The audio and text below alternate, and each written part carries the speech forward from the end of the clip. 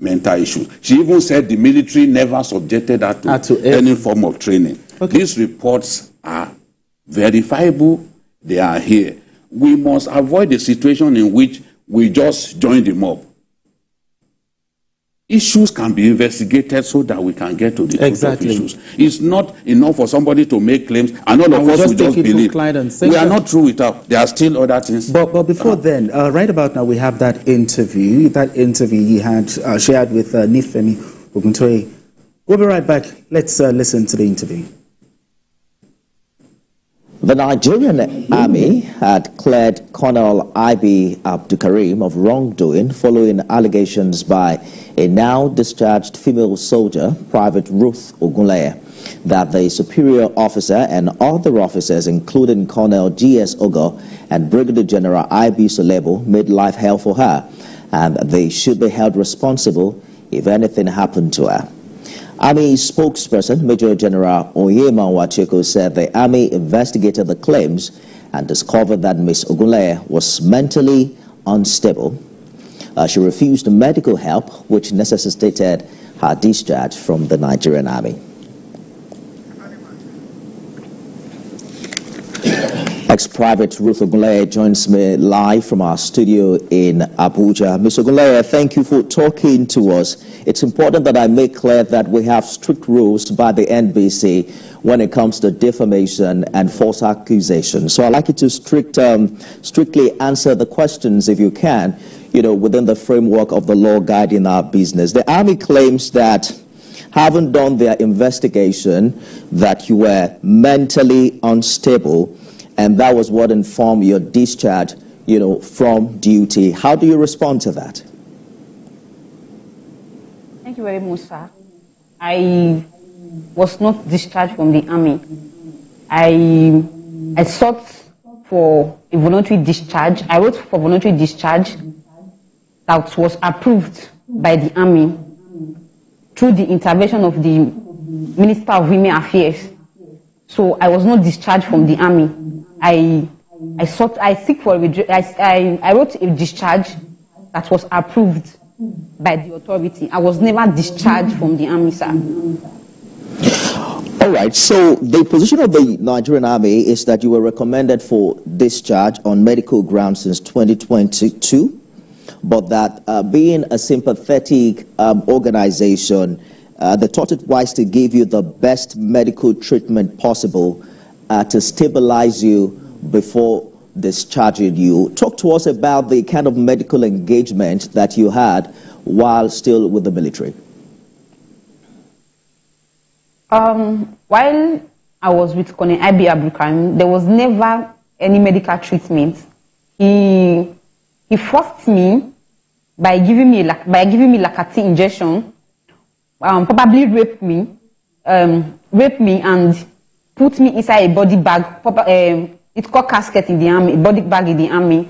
At the end of the day, he will take me to psychiatric hospital to make it look as if I'm actually mad. There's nothing like madness. I never received any treatment from the Army. There was no medical treatment, and there's no medical report that I have mental issue. You have made huge allegations against the colonel, including allegations of rape. You just mentioned that you were put in body bags. Were there witnesses who also were there when these things happened? And were you involved in the investigation process that led to your dismissal? Sir, at first, my previous unit in Ojo Cantonment Medical Center, they are all my witness because he never hid it from anyone because he felt he's the CEO and he's the commanding officer. Nobody can check him. So he's the Okay. Now, you've heard from Vika, we've heard from Harela, but so far, what do you think? Yes, let me start by saying that rape is a very emotional issue. And normally when a woman makes allegation of rape, society tends to look at the woman as a victim and tend to support the woman. I understand that the reason for that. But we have to let us step back and also look at re-examine the man accused of rape as also being a victim, because there are instances involving celebrities and very powerful people that have been accused of rape and have been found to be false. Let me start with one of the greatest footballers that ever lived, Ronaldo. Ronaldo was accused of rape. Ronaldo and a friend invited two ladies, and they had good time. They went to a club. They came back from the club. They had good time, and they were discharged. They were given money and they were discharged in the morning. The lady felt that they were disrespected, and they accused Ronaldo and the friend of rape. What saved Ronaldo?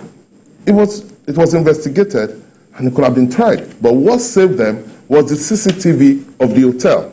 Okay. Because when they met the ladies, they came back to the hotel to change, had to go to the club. So the CCTV of the hotel, where they came in, captured them, how they were smiling, holding hands, and they went upstairs, changed, and they went to club. When they came back at about 3 o'clock or thereabout, the CCTV caught them holding hands, having a good time. There was not issue of quarrel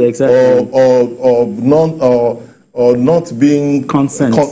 Not being consensual. So that was why Ronaldo was able to escape that. Apart from Ronaldo, there are other stars. Neymar, Mendy. That was what ruined Mendy's career. Mendy of Man City. That was what ruined his career, because Mendy used to organize, as a young, rich bachelor footballer, he used to organize parties in his house, and ladies used to come there, and they would just have good time and left. And he was accused of rape by 3 women. He was tried. Man City had to ask him to stay away from the club until they could finish the case. It took years for him to be able to solve that problem. At the end of the day, he was discharged in all 3 cases. But now, Mendy lost it because Mendy was no longer in Man City. Exactly. He had to go and join a club in France, and is not as what it should be. Let's come back home. One of the most talented Nigerian footballers, Etimesi, who could have been our own Maradona, who at a young age was very, very talented. What ruined his career was that when he was playing in Belgium, he was accused by a white lady of rape. He ran away from Belgium and came back to Nigeria. The lady that accused him of rape was pregnant. When the lady put to bed, she had a pure white child. Caucasian, oh dear. And you see, I understand when people put sentiments to say, oh, this lady was raped, a victim of rape and all that. I can understand that. But at the same time, it is important for us to look at the other side. We have to investigate it properly, because time and time again, a lot of ladies have accused men unfairly, and because of that have ruined their career. In this case, you accuse a colonel who has served the country for so many years, and it was investigated, and the guy was found to be innocent. It would be unfair for somebody to lose his command just because a subordinate made an accusation that was not substantiated. And then this lady in question had mental issues.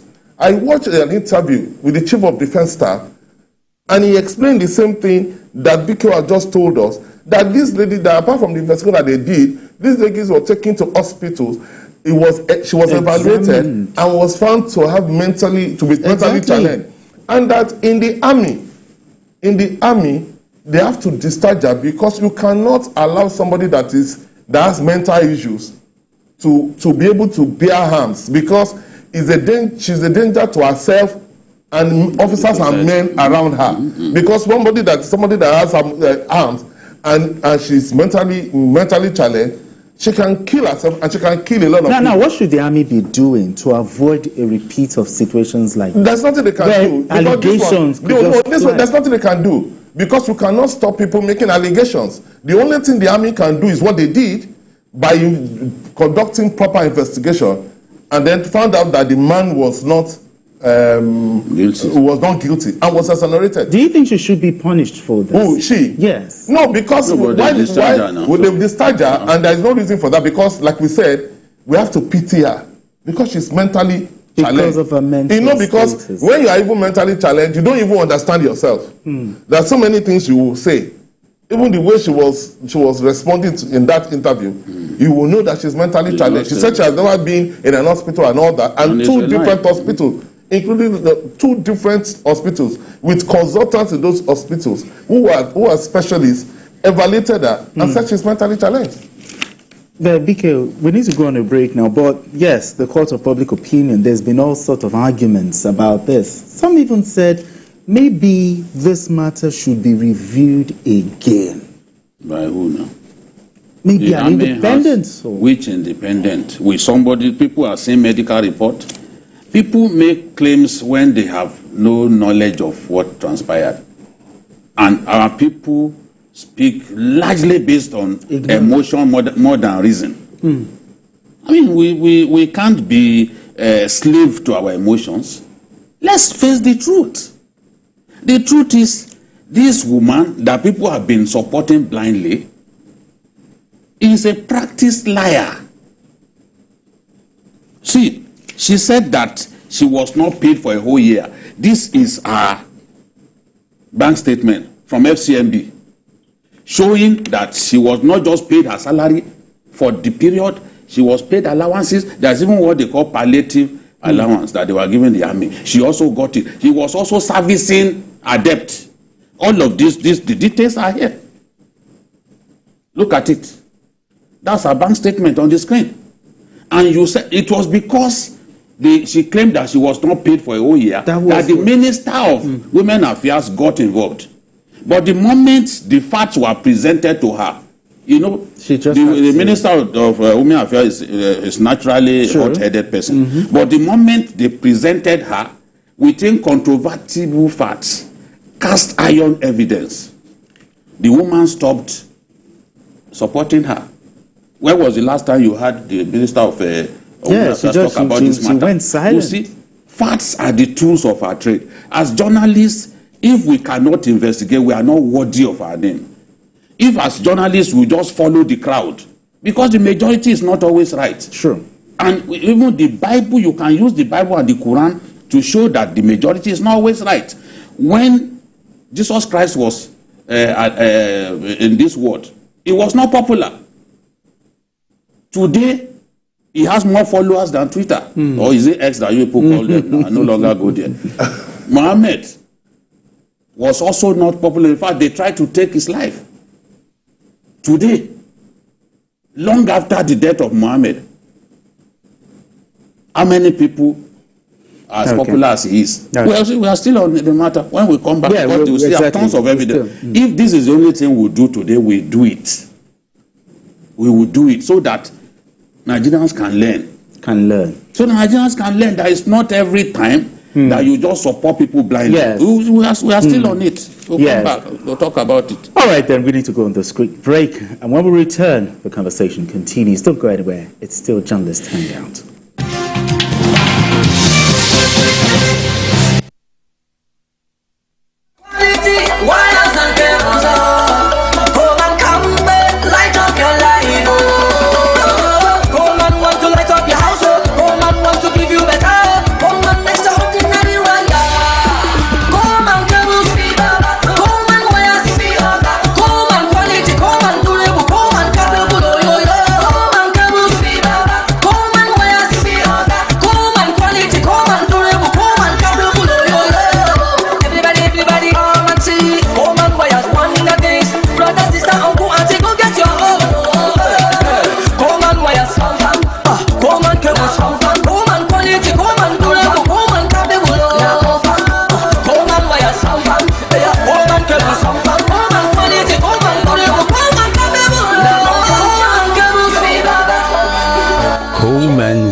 And cable, great quality, now with the new look.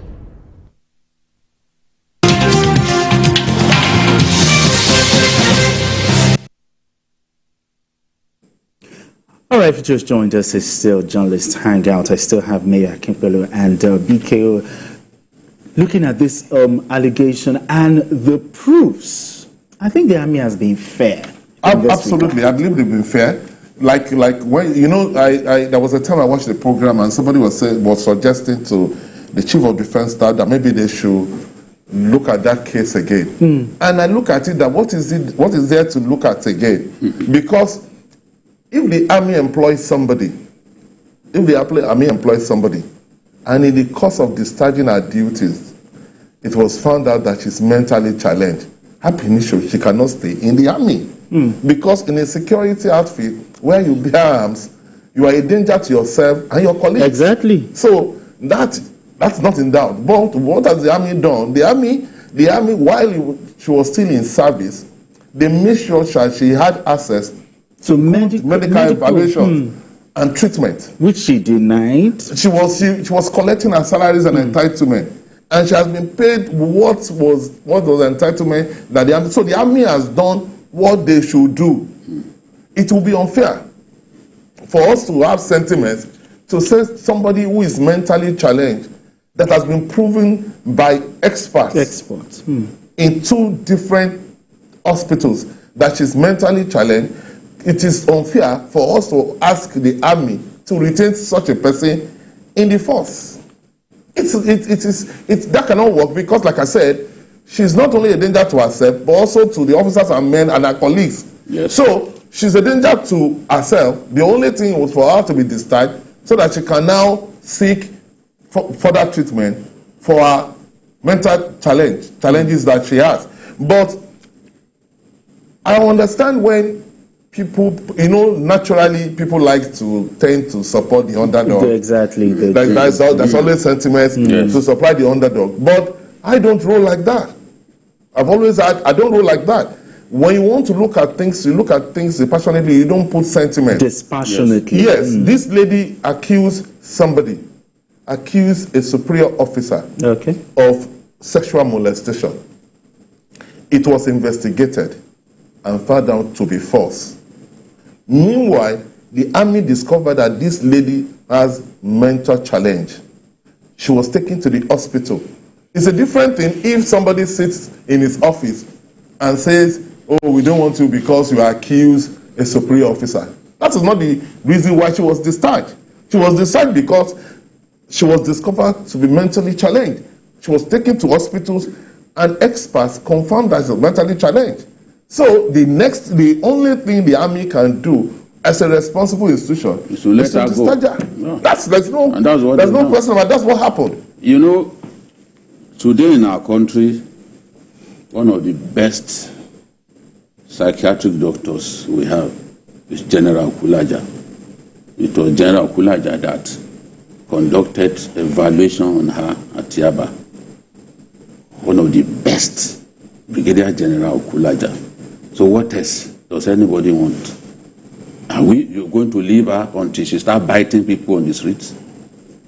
I don't know. When people make some of these claims, I just look at them. She claimed that IB Abdul Karim took her to an hotel. On the day that she claimed that she was taken to the hotel, she was actually on admission in hospital. That is 27th of February 2022. She was in the hospital, but she said Now, somebody who drank insecticide with the purpose of taking her own life. Ideally, when you attempt suicide, you're supposed to go to jail. That's what exactly. Attempted suicide, exactly. Yeah. But the army tolerated her for 2 more years. They showed pity. She was supposed to serve for 10 years before she can be pensionable. But they waived it for her out of empathy. Well, people will still say, oh, they should do. And people sit in studios, TV studios, analyze about issues that they know next to nothing about. They are too lazy to dive deep into a matter and get the raw facts. Not just on TV. Come on. We have to stop that. We have to stop that. How much of this girl did you know? She's moving from TV station to TV station and rubbishing the integrity of the army. What is the army without integrity? True. And the claims, each and every one of those claims, she has not got evidence to back it up. You lie that you are not paid for a whole year. See, FCMB. And the bank statements, everything. Detailing. You got not just your salary, but your allowances. In fact, this thing, when you see, they already highlighted them based on allowances, salary, and all that. So you can know which one is actually allowance. You can see this one is in red. You know which one is salary. You know which one is allowance. You know which one is what's it called, palliative allowance. Because they give them sundry allowances. But she lied to the country, lied to her people, that she was not paid for a whole year. There's no way you will hear that somebody was denied salary for a whole year and your blood will not boil. Exactly. But it is just street language. It's just lamba, nothing else. Lamba. Impotent lamba.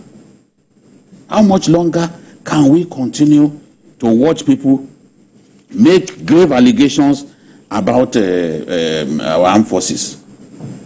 She sits on TikTok because every time she goes on TikTok to lie, she gets plenty of views. There are lots of attention. Plenty of views. So she's actually enjoying it.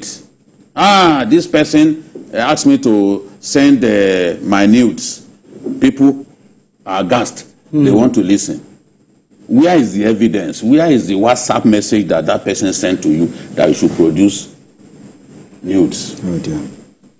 It's rubbish, everybody, rubbish the chief of army staff, rubbish the big people in the army. But they've just quietly eased that out. They didn't jail her. I'm sure that if it was a man making this kind of allegations, they would first forget her in the cell. Exactly. But because it's a woman, they've treated her fairly. And I cannot say that they've not done well for this woman. I can't say that. Because when I look at the documents that I have on not just salary, but other things, you see clearly that they've been fair to her. As we've said before, Callum Hudson-Odoi, the former Chelsea player. Yeah, Callum Hudson-Odoi. They accused her of rape.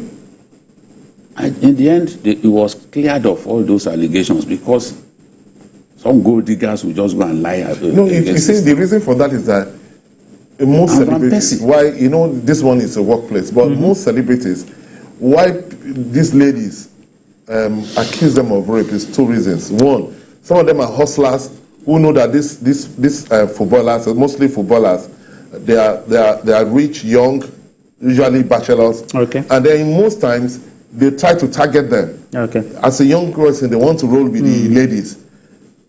They know that, okay, these people have money, they earn well and all that. So when you accuse him of rape, you understand, at the end of the day, they may want to appeal to you to be paid off and all that. That is why most times, in most cases, when they look at those cases, they always lose that case. So, okay. Now, what Ruth has been doing is to misuse her condition to gain traffic, especially on TikTok. And she's been taken good care of by the army. 50% monthly disability claim. Okay, one. 50% monthly pension for life. They're giving her. She has also been paid her terminal leave allowance and terminal parking allowance, as well as her contributions to the Nigerian Army Welfare Insurance Scheme and Benevolent Fund payment. That was made on 14th August into her FCMB account.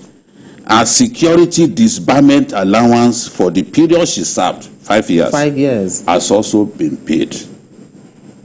So people saying, let the army do a fresh thing, or the army has not been good to her. What really is the point that they have. All right. The point that they have. All right, right about now we have Mohammed from Bida joining us via telephone. Mohammed, thank you so much for joining us. Good evening, sir. Good evening. Let's talk. Good evening, sir. Good evening, Mohammed. We can hear you. Let's talk. Yes, how are you doing, sir? I'm thank God. In fact, I'm addicted to journalist Hangout because of your in-depth analysis every time, especially if Oga Babatunde is not on the studio. I'm not always very happy, but I thank God for the information he's giving us. I'm one of the retired, and we have seen issues like this, especially you as a superior person, when you mix with female colleagues. When you meet with female colleagues, by the time there is an issue comes up, maybe you wanted to punish them and other things like that, the next thing they will bring up is say, this person is after me because he asked for me for my outing. He wanted to go out with me and I refused. So until when the services now later on realize that most of those allegations are not true. So we thank God for your in-depth analysis and investigation. It puts all the public now in a clear picture of what actually happened. Thank you very much. Exactly. Thank you very much. Thank you. Thank you very much. You heard what this is not the first time. No, certainly not. And it won't be the last time. It won't be the last, so, exactly. It doesn't matter whether the whole world believes the other story. Truth is by nature self-evident. True. Somebody says he didn't get salary, but we have evidence that he was lying. Practice liar. 24 karat falsehood. This is what we've seen. So challenge me based on this evidence right here. National Hospital. See, you got the privilege of being treated by one of the best psychiatric doctors in our country, and you said the army never gave you any treatment. All right. But the records show that you were on admission on certain days. And one of those days, you claimed that Abdul Karim took you to a hotel on the day that you were on admission, 27th. They need to watch her because the person who drank insecticide, the army saved her life. They need to place her on suicide watch list. She could go back and do it again. Because she says she's depressed. She's this. When some military doctor evaluated her for schizophrenia. It was another doctor in the military said this must be bipolar disorder. Okay. All of these are mental issues. Whatever name we call them, they are mental issues. It's not until somebody starts wearing dresses dirty like mechanic uniform that you know that the person has mental issues. A lot of people walk the streets. They subject them to a test. You know that some nuts, there's something have already been loosened. All right, gentlemen. Progress being made. I'm glad that we've been able to put that matter to bed. Okay, but let's quickly go to our next story. The national minimum wage question continues to dominate conversations, especially at this critical time of economic hardship in the country. While many governors are still divided over decision to pay the 70,000 naira new minimum wage or not, some have approved implementation in their states. One of these is the Lagos State Governor Babatunde, who announced his decision to pay 85,000 naira minimum wage for workers in the state. Governor Sanwo-Olu promised to continue to prioritize welfare of workers in the state and hinted that a further increase in the minimum wage in Lagos to 100,000 naira may happen in the month of January.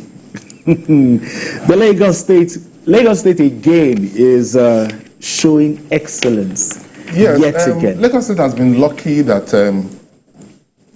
since the time of Bola Ahmed Tinubu, we've always had very good governors and that is why one party has been winning an election in the state.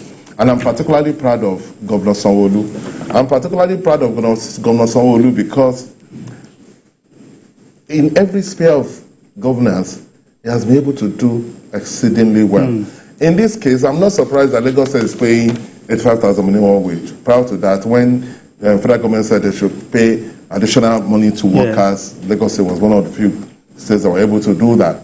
And what they are doing for Nigerian workers, because things are really difficult. Sure. So what government, at least on this subnational level, could do for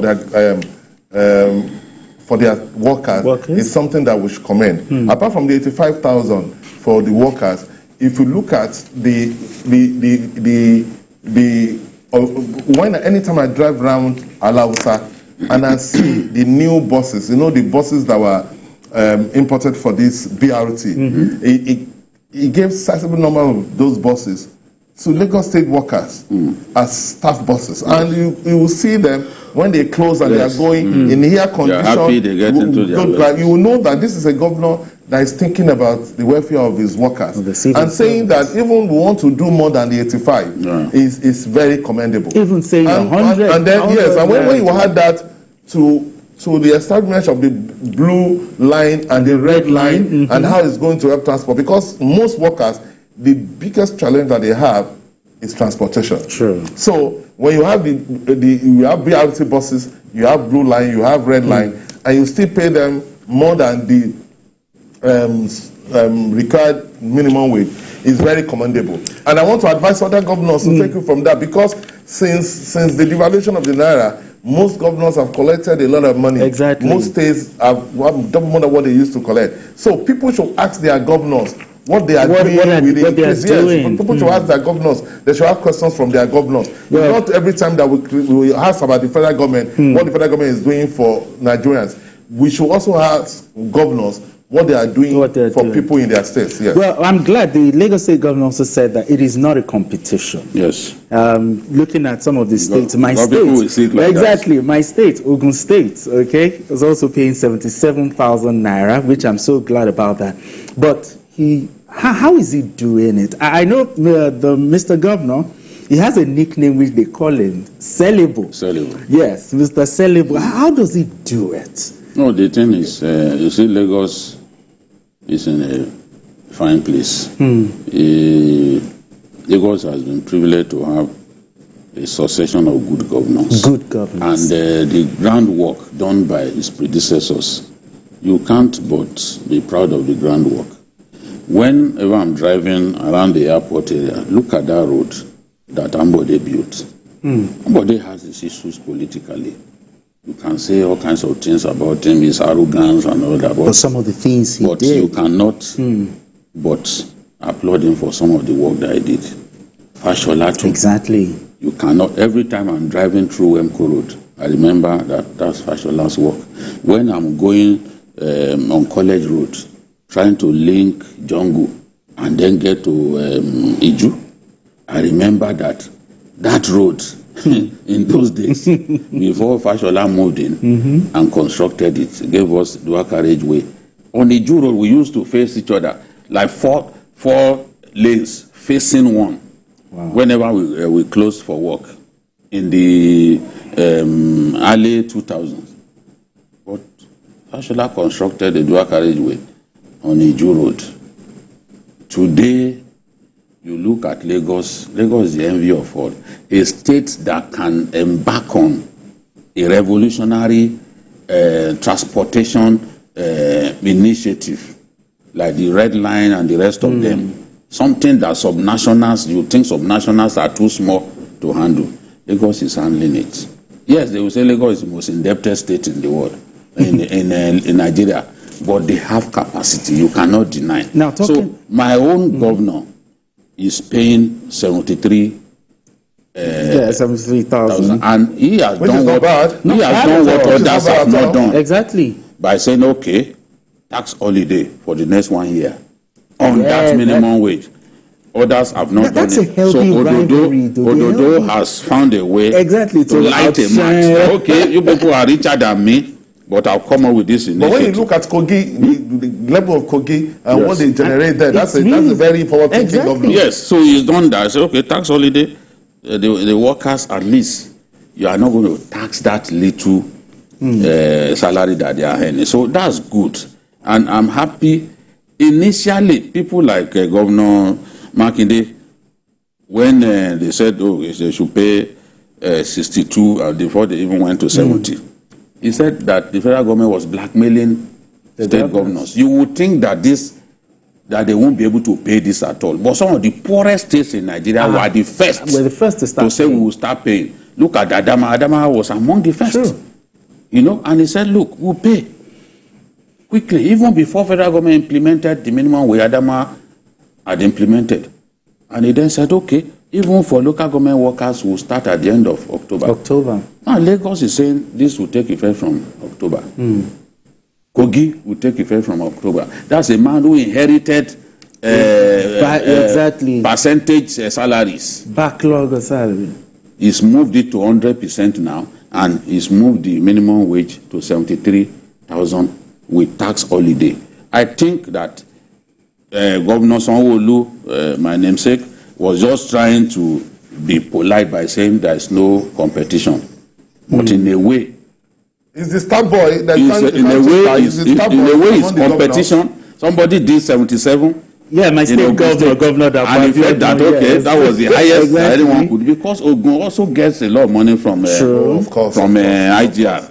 A lot of the big companies are located in Ogun. Exactly. You know, this Lagos-Ibadan Expressway, more than 80% of it is in Ogun territory. Yeah. So, and those big companies are there. So, Ogun State has every reason to pay that 77,000. So it's done well by agreeing. Lagos is the king, the undisputed. It's the center of excellence. The fifth biggest economy in Africa. An economy bigger than Kenya, an economy bigger than Tanzania.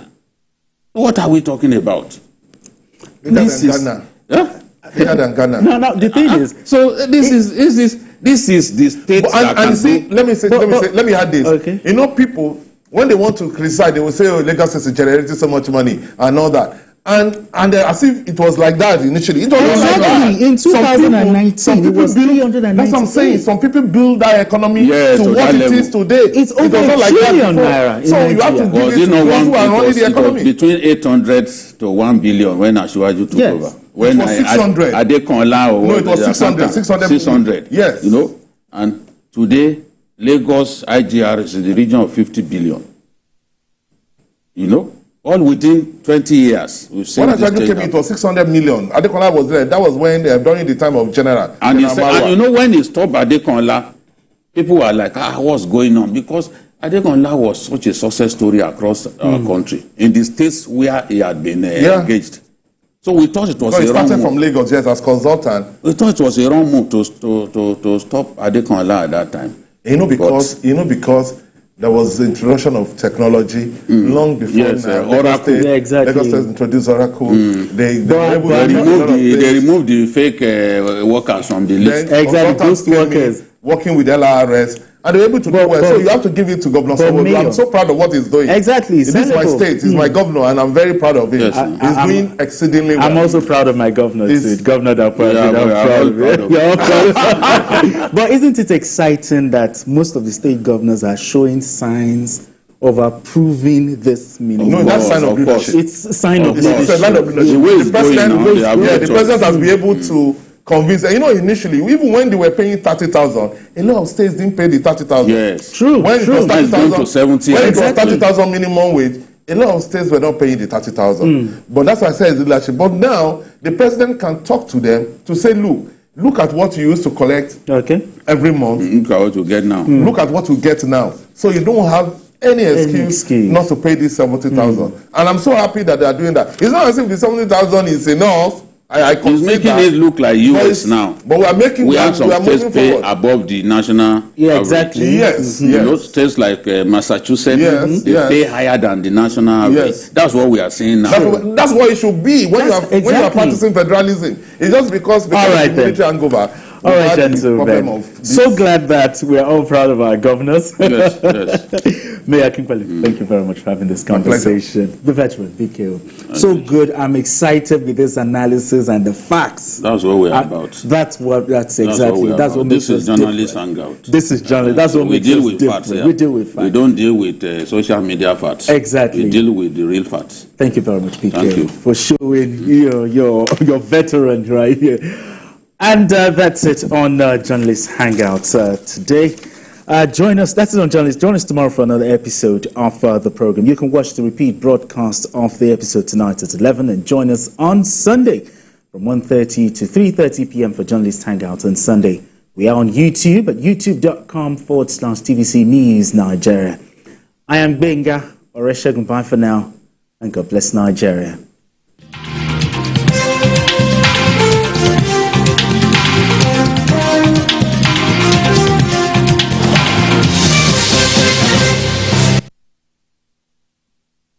It's a paid presentation by ShopX TV.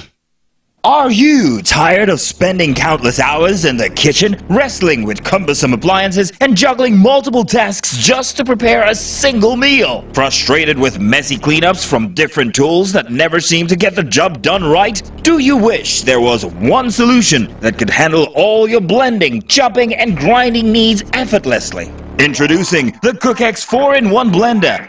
It's a food processor, a mixer, a grinder, a blender,